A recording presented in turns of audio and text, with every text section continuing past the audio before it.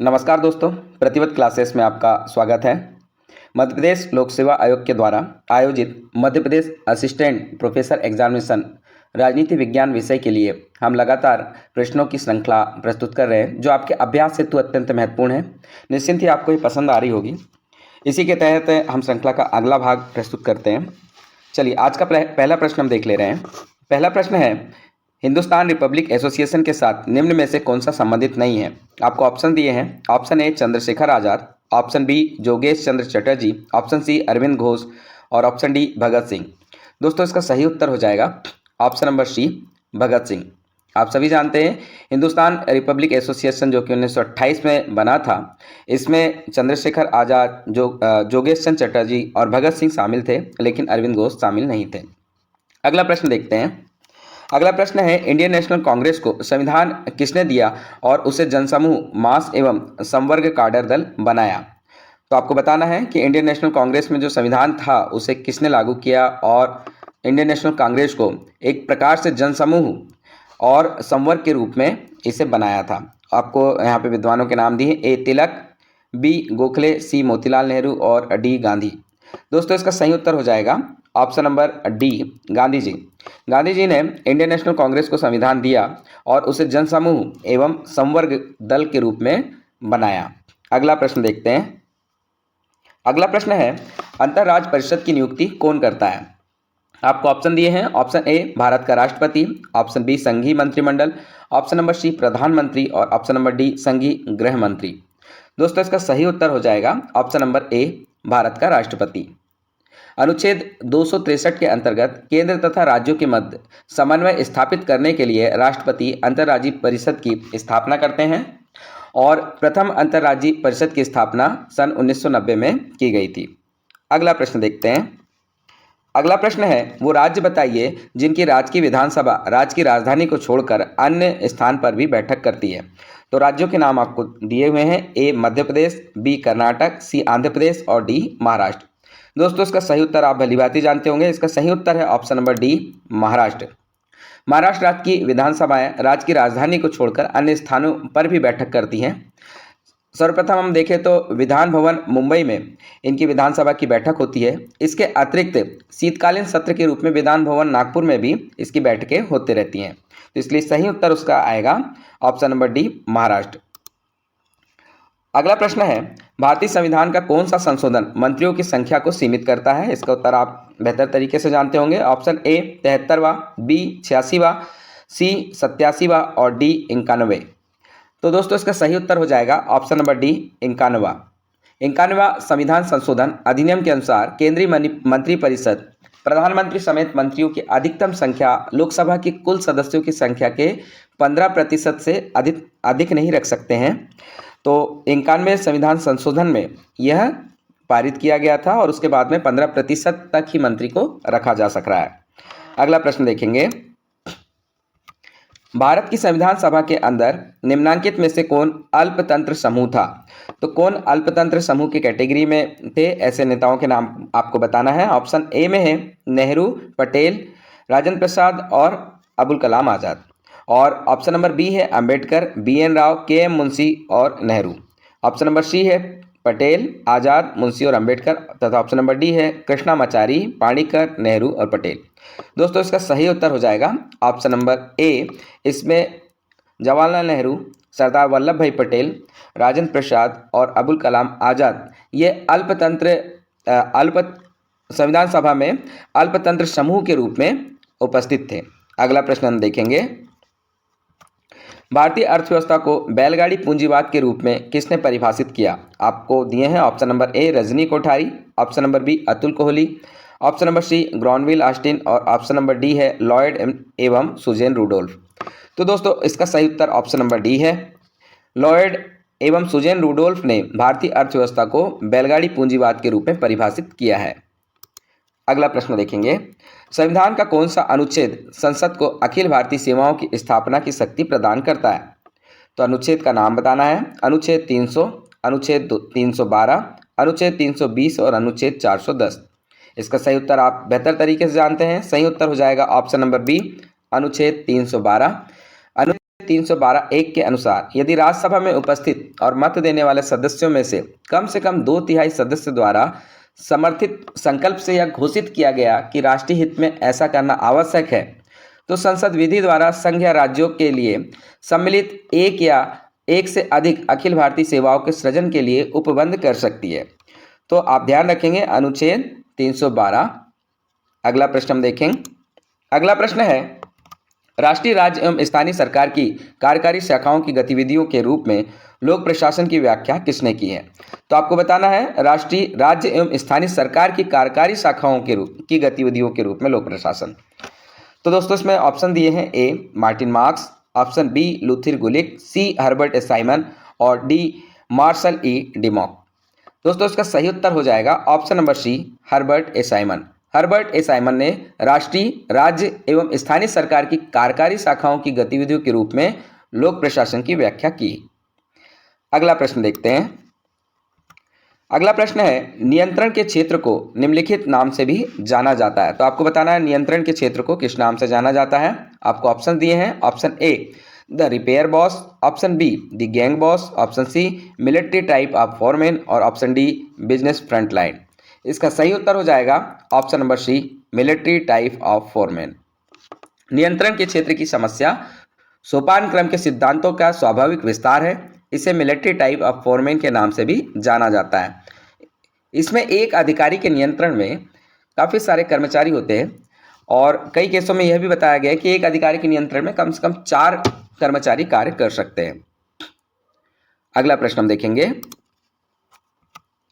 Staff agency का सही कार्य निम्नलिखित में से कौन सा है? तो स्टाफ एजेंसी का आपको कार्य बताना है। ऑप्शन नंबर ए अधीनस्थ या अवर कर्मचारियों को आदेश जारी करना, बी अवर कर्मचारियों की गतिविधियों को नियंत्रित करना, सी मुख्य कार्यपालक को परामर्श देना और डी है सांस्थानिक सेवाएं प्रदान करना। दोस्तों इसका सही उत्तर हो जाएगा ऑप्शन नंबर सी मुख्य कार्यपालक को परामर्श देना। स्टाफ एजेंसी का सही कार्य मुख्य कार्यपालक को परामर्श देना होता है। अगला प्रश्न हम देखेंगे। किसने कहा कि बजट कीमत की नथियों के साथ लक्ष्यों का क्रम है? आपको ऑप्शन दिए हैं, option A Wildavsky, option B Walpole, option C Bertram Gross और ऑप्शन डी है एलन सिक। दोस्तों इसका सही उत्तर हो जाएगा ऑप्शन नंबर ए विल्डास्की। विल्डास्की ने कहा कि बजट कीमत की नथियों के साथ लक्ष्यों का क्रम है, यानी कि बजट में जो भी चीज़ शामिल होती है, जो भी लक्ष्य होते हैं वो शामिल किए जाते हैं और उसके साथ में कीमतें लगी हुई रहती हैं। अगला प्रश्न हम देखेंगे। अगला प्रश्न है, निम्नलिखित में से क्या ब्रेटन वुड्स सम्मेलन के परिणाम स्वरूप हुआ? तो आपको बताना है ब्रेटन वुड्स सम्मेलन के बाद में क्या हुआ था। ऑप्शन ए संयुक्त राष्ट्र का गठन, बी राष्ट्र संघ का गठन, सी आणविक प्रश्न रोकने के लिए संस्थान का गठन और डी विश्व बैंक और अंतर्राष्ट्रीय मुद्रा कोष का गठन। दोस्तों इसका सही उत्तर हो जाएगा ऑप्शन नंबर डी विश्व बैंक और अंतर्राष्ट्रीय मुद्रा कोष का गठन। ब्रेटन वुड्स सम्मेलन के परिणाम स्वरूप IMF और IBRD की स्थापना भी हुई थी। यह जुलाई 1944 में ब्रेटन वुड्स न्यू हैम्पशायर में आयोजित किया गया था और मौद्रिक और वित्तीय सम्मेलन के रूप में 44 राष्ट्रों के 730 प्रतिनिधियों ने इसमें भाग लिया था। अगला प्रश्न हम देखते हैं। अगला प्रश्न है, हंस जे मार्गन्थाउ के यथार्थवाद का मूलभूत सिद्धांत निम्नलिखित में से कौन सा नहीं है? आपको ऑप्शन दिए हैं। ऑप्शन ए राजनीति की जड़ें मानव प्रकृति में जमी है, ऑप्शन नंबर बी राजनीति स्वचालित होती है, ऑप्शन नंबर सी राष्ट्रीय हित की व्याख्या सत्ता के संबंध में की जाती है और ऑप्शन नंबर डी है राजनीति सार्वभौमिक नैतिक मूल्यों द्वारा शासित होती है। तो बताना है मार्गन्थाउ के यथार्थवाद के मूलभूत सिद्धांत में से कौन सा तत्व शामिल नहीं है। इसका सही उत्तर हो जाएगा ऑप्शन नंबर डी राजनीति सार्वभौमिक नैतिक मूल्य द्वारा शासित होती है, ये इसमें शामिल नहीं है। मार्गन्थाउ ने यथार्थवाद के 6 सिद्धांत प्रतिपादित किए हैं। उसमें आ जाएगा राजनीति का प्रभाव डालने वाले सभी नियमों की जड़ें मानव प्रकृति में होती हैं। इसके अतिरिक्त आएगा राष्ट्रीय हितों में को शक्ति के रूप में परिभाषित किया जा सकता है। तीसरा उन्होंने कहा है कि राष्ट्रीय हित का कोई निश्चित अर्थ नहीं होता है। चौथा बताया है उन्होंने विवेक राजनीति का उच्चतम मूल है। पांचवें सिद्धांत के रूप में कहा है राष्ट्र की नैतिकता और सार्वभौमिक नैतिकता में अंतर होता है और छठवां है राजनीति क्षेत्र की स्वायत्तता। तो ये सभी चीज़ें उसके अंतर्गत आ रही हैं, लेकिन राजनीति सार्वभौमिक नैतिक मूल्य द्वारा शासित होती है, ये इसमें शामिल नहीं होगा। अगला प्रश्न देखते हैं। मार्शल योजना किसके लिए थी? तो आपको बताना है मार्शल योजना किसके लिए थी। ऑप्शन ए, तृतीय विश्व युद्ध की अर्थव्यवस्थाएं निर्मित करना। बी, पश्चिमी यूरोपीय अर्थव्यवस्थाओं को पुनर्निर्मित करना। सी, उत्तर अमेरिकन देशों की अर्थव्यवस्थाओं का पुनर्निर्माण करना। और डी, अफ्रीकी देशों की अर्थव्यवस्थाओं का निर्माण करना। इसका सही उत्तर हो जाएगा ऑप्शन नंबर बी, पश्चिमी यूरोपीय अर्थव्यवस्थाओं को पुनर्निर्मित करना। मार्शल योजना के अंतर्गत सन 5 जून 1947 में यूरोपियन रिकवरी प्रोग्राम यानी ERP को अमेरिका के द्वारा प्रारंभ किया गया था। यह युद्ध पीड़ित यूरोप को सामाजिक, आर्थिक और पुनर्निर्माण की सहायता देने के लिए उठाया गया कदम था। अगला प्रश्न देखते हैं। संयुक्त राष्ट्र सुरक्षा परिषद में रूस को स्थायी सदस्यता उसकी किस योग्यता के आधार पर दी गई? आपको बताना है। ऑप्शन ए, विश्व में द्वितीय सर्वाधिक शक्तिशाली देश। बी, पूर्व सोवियत यूनियन का उत्तराधिकारी राज्य। सी, क्षेत्र के संबंध में विश्व में सबसे बड़ा देश। और डी है विश्व में सबसे प्राचीनतम सभ्यता। तो दोस्तों इसका सही उत्तर हो जाएगा ऑप्शन नंबर बी, पूर्व सोवियत यूनियन का उत्तराधिकारी राज्य होने के कारण संयुक्त राष्ट्र सुरक्षा परिषद में रूस को स्थायी सदस्यता दी गई। अगला प्रश्न देखेंगे। अगला प्रश्न है, केनेथ वाल्ट के नव यथार्थवाद का मुख्य तर्क यह है कि, आपको ऑप्शन दिए हैं, आपको बताना है केनेथ वाल्ट का नव यथार्थवाद के रूप में मुख्य तर्क क्या है। ऑप्शन ए है, संरचनाएं कर्ता की अपेक्षा ज़्यादा महत्वपूर्ण है। बी, संरचनाओं की तुलना में कर्ता ज़्यादा अहम भूमिका अदा करते हैं। सी, मानवीय प्रकृति राजनीति में महत्वपूर्ण तत्व है। तथा डी, अंतर्राष्ट्रीय संरचनाओं द्वारा आरोपित प्रतिबंधों को राष्ट्र अभिभूत कर लेते हैं। इसका सही उत्तर हो जाएगा ऑप्शन नंबर ए, संरचनाएं कर्ता की अपेक्षा अधिक महत्वपूर्ण होती है। यह केनेथ वाल्ट के नव यथार्थवाद का मुख्य तर्क है। अगला प्रश्न हम देखते हैं। अगला प्रश्न है, अपने पड़ोसी देशों के प्रति भारत की नीति का अपारस्परिकता सिद्धांत किस बात का विचार करता है? ऑप्शन ए, पड़ोसी देश के प्रति नायकत्व की योजना। बी, पड़ोसी देशों के साथ पारस्परिकता के बिना संबंधों को सुधारने के प्रयत्न। सी, दक्षिण एशियाई संदर्भ में गुटनिरपेक्ष नीति का रुख। और डी, पड़ोसी देशों को अनुशासित करना। दोस्तों इसका सही उत्तर हो जाएगा option number B. Option number B में है पड़ोसी देशों के साथ पारस्परिकता के बिना संबंधों को सुधारने का प्रयत्न करना। अगला प्रश्न हम देखेंगे। संयुक्त राष्ट्र की सामूहिक सुरक्षा व्यवस्था निम्नलिखित में से किसके सिद्धांत पर आधारित है? आपको ऑप्शन दिए हैं। ऑप्शन ए, सभी एक के लिए, सभी के लिए। ऑप्शन नंबर बी, युद्धरत राष्ट्रों के विरुद्ध एक तरफा प्रतिबंध लगाना। सी, बड़ी या प्रमुख शक्तियों द्वारा सुरक्षा बनाए रखना। और डी है साम्य की स्थिति द्वारा शक्ति का संतुलन बनाए रखना।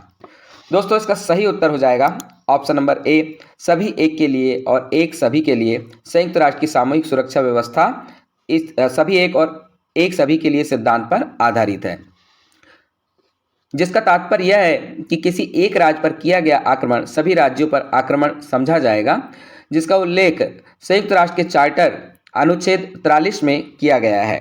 अगला प्रश्न हम देखेंगे। निम्नलिखित में से कौन सा अभिकथन सत्य नहीं है?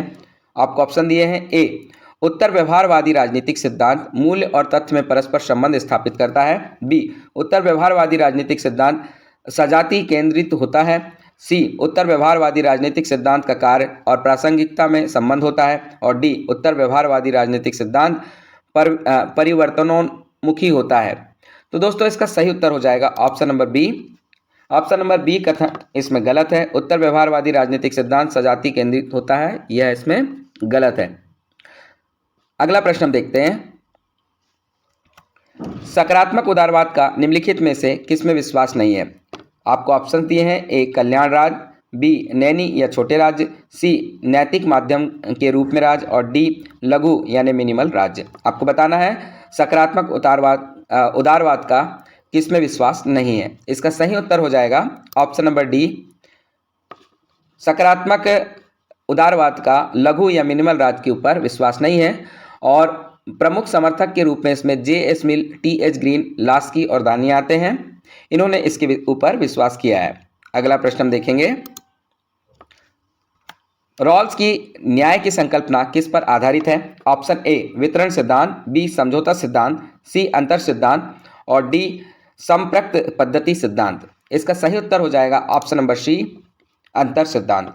रॉल्स की न्याय की संकल्पना अंतर सिद्धांत पर आधारित है। जॉन रॉल्स ने 20वीं शताब्दी के प्रसिद्ध अमेरिकी राजनीतिक दार्शनिक है और इन्होंने अपने न्याय सिद्धांत का प्रवर्तन अपनी प्रसिद्ध रचना थ्योरी ऑफ जस्टिस, जो कि 1971 में आई थी, में किया है। अगला प्रश्न हम देखेंगे, विचारधारा शब्द का प्रयोग सर्वप्रथम किस वर्ष में किया गया था? आपको ऑप्शन दिए हैं, ए 1789, बी ऑप्शन दिया है 1792, सी ऑप्शन दिया है 1795 और डी ऑप्शन दिया है 1797। दोस्तों इसका सही उत्तर हो जाएगा ऑप्शन नंबर डी 1797।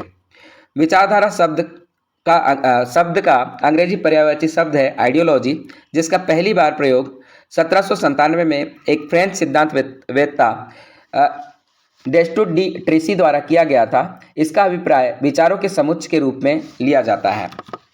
अगला प्रश्न हम देखेंगे, साम्यवाद को एशियाटिक फॉर्म में किसने अनुकूलित किया? तो साम्यवाद को एशियाटिक फॉर्म में किसने अनुकूलित किया बताना है। विद्वानों के नाम है, ए एम.एन. राय, बी माओ त्से-तुंग, सी लेनिन और डी ट्राटस्की। इसका सही उत्तर हो जाएगा ऑप्शन नंबर बी माओ त्से-तुंग। माओ का विश्वास मूलतः एक ऐसी क्रांति से है जो ग्रामीण क्षेत्रों में ग्रामीण जनता के द्वारा लाई जाए। उनका दृढ़ विश्वास था कि चीन और दूसरे एशियाई देश में जहां का कृषक वर्ग क्रांति लाने में समर्थ है, उन्हें क्रांति करना चाहिए। तो साम्यवाद का एशियाटिक फॉर्म माओ त्से-तुंग ने जो है उसे प्रेरित किया था। अगला प्रश्न हम देखेंगे, यह कथन किसका है कि संरचनात्मक कार्यात्मक विश्लेषण परिवर्तन में दुर्बल था, सामाजिक प्रक्रिया विश्लेषण राजनीति में और सिद्धांत में तुलनात्मक ऐतिहासिक दृष्टिकोण दुर्बल था? तो ये कथन किसका है बताना है। Option A Huntington, B Paul F Kress, C Jean Blondel और डी है समीर अमीन। इसका सही उत्तर हो जाएगा ऑप्शन नंबर ए हंटिंगटन। हंटिंगटन ने संरचनात्मक कार्यात्मक विश्लेषण कहा था कि संरचनात्मक कार्यात्मक विश्लेषण परिवर्तन में दुर्बल था, सामाजिक प्रक्रिया विश्लेषण राजनीति में और सिद्धांत में तुलनात्मक इतिहास दृष्टिकोण दुर्बल था। अगला प्रश्न हम देखेंगे, निम्नलिखित में से किसने मार्क्सवाद के वैकल्पिक दृष्टिकोण के रूप में कार्यात्मकवाद की व्याख्या की है? तो बताना है आपको। Option A Paul F Kress, B Nicholas and Reynold, C W G. Runciman और डी है मार्टिन कपलन। इसका सही उत्तर हो जाएगा ऑप्शन नंबर सी डब्ल्यू.जी. रूनसीमैन। डब्ल्यू.जी. रूनसीमैन ने मार्क्सवाद के वैकल्पिक दृष्टिकोण के रूप में कार्यात्मकवाद की व्याख्या की है। अगला प्रश्न है, निम्नलिखित में से किसने मानवीय व्यवहार को अनिवार्य इंजीनियरिंग आमुखीकरण देने का प्रयास किया है? तो आपको बताना है। ऑप्शन ए है इनपुट आउटपुट विश्लेषण, ऑप्शन बी है संरचनात्मक कार्यात्मक दृष्टिकोण, ऑप्शन सी है संप्रेषण सिद्धांत और ऑप्शन डी है व्यवहारात्मक दृष्टिकोण। दोस्तों इसका सही उत्तर हो जाएगा ऑप्शन नंबर सी संप्रेषण सिद्धांत। संप्रेषण सिद्धांत ने मानवीय व्यवहार को अनिवार्य इंजीनियरिंग आमुखीकरण देने का प्रयास किया है। अगला प्रश्न हम देखेंगे, निम्नलिखित में से कौन सा उदारीकरण का तत्व नहीं है? ऑप्शन ए है निविनियमन, बी है नौकरशाहीकरण, सी है अपनियोजन और डी है स्टेटिसेशन। तो दोस्तों इसका सही उत्तर हो जाएगा ऑप्शन नंबर डी स्टेटिसेशन। उदारीकरण का अर्थ ऐसे नियंत्रण या ढील देना या उन्हें हटा लेना है जिससे आर्थिक विकास को बढ़ावा मिले, और स्टेटिसेशन उदारीकरण का तत्व नहीं है। अगला प्रश्न हम देखेंगे, वैश्विक मंच पर 2023 में भारत की उपलब्धियों के विषय में गलत कथन का चयन करें। तो भारत की उपलब्धियों के विषय में कौन सा कथन गलत है बताना है। ऑप्शन नंबर ए चंद्रयान 3 का दक्षिणी ध्रुव पर ऐतिहासिक लैंडिंग, चंद्रयान 3 की दक्षिण ध्रुव पर ऐतिहासिक लैंडिंग की, ऐसा करने वाला भारत दुनिया का दूसरा देश बना। ऑप्शन नंबर बी है भारत में दुनिया का सबसे तेज 5G रोल आउट हुआ। भारत के नेटवर्क देश के 738 जिलों और लगभग 100 मिलियन यूजर्स को सेवा प्रदान की। ऑप्शन नंबर सी है डिजिटल भुगतान के क्षेत्र में महत्वपूर्ण वृद्धि हुई और भारत सबसे ज़्यादा डिजिटल भुगतान करने वाला देश बना। ऑप्शन नंबर डी भारत में दुनिया का सबसे बड़ा मेडिटेशन सेंटर सर्वेद महामंदिर वाराणसी तथा दुनिया का सबसे बड़ा ऑफिस कॉम्प्लेक्स सूरत डायमंड बोर्स बनाया गया। तो आपको बताना है कि कौन सा कथन जो है वो गलत है। दोस्तों इसका सही उत्तर हो जाएगा ऑप्शन नंबर ए। ऑप्शन नंबर ए में लिखा है चंद्रयान की दक्षिणी ध्रुव पर ऐतिहासिक लैंडिंग हुई और ऐसा करने वाला भारत दुनिया में दूसरा देश नहीं है, दुनिया में सर्वप्रथम लैंडिंग इन्होंने की थी, इसलिए दुनिया में पहला देश ऐसा था जिसने चंद्रमा के दक्षिण ध्रुव पर ऐतिहासिक लैंडिंग की है। इसके अतिरिक्त जितने भी कथन इसमें लिखे हुए हैं, ये सारे के सारे कथन बिल्कुल सही हैं। अगला प्रश्न हम देख लेते हैं। अगला प्रश्न है, भारतीय विमान डील के विषय में सही कथन का परीक्षण करें। तो भारतीय विमान डील के विषय में आप सही कथन बताना है। ऑप्शन नंबर ए, एयर इंडिया ने एयरबस और बोइंग से 470 विमान खरीदने के लिए पेरिस में आयोजित एयर शो में 70 अरब डॉलर समझौते पर हस्ताक्षर किए हैं। ऑप्शन बी है, एयर इंडिया का 470 विमानों का ऑर्डर नागर विमानन इतिहास में सबसे बड़ा है और इससे बड़ा कोई सौदा भारतीय विमानन में नहीं हुआ है। ऑप्शन नंबर सी है, टाटा सन्स और एयर इंडिया के चेयरमैन एन चंद्रशेखर ने माना कि इससे भारत को काफ़ी नुकसान उठाना पड़ सकता है। और ऑप्शन नंबर डी है, एयर इंडिया भारत की ध्वज वाहक विमान सेवा है, यह सरकार के पूर्ण स्वामित्व वाली कंपनी है। तो इसमें से सही कथन आपको चुनना है।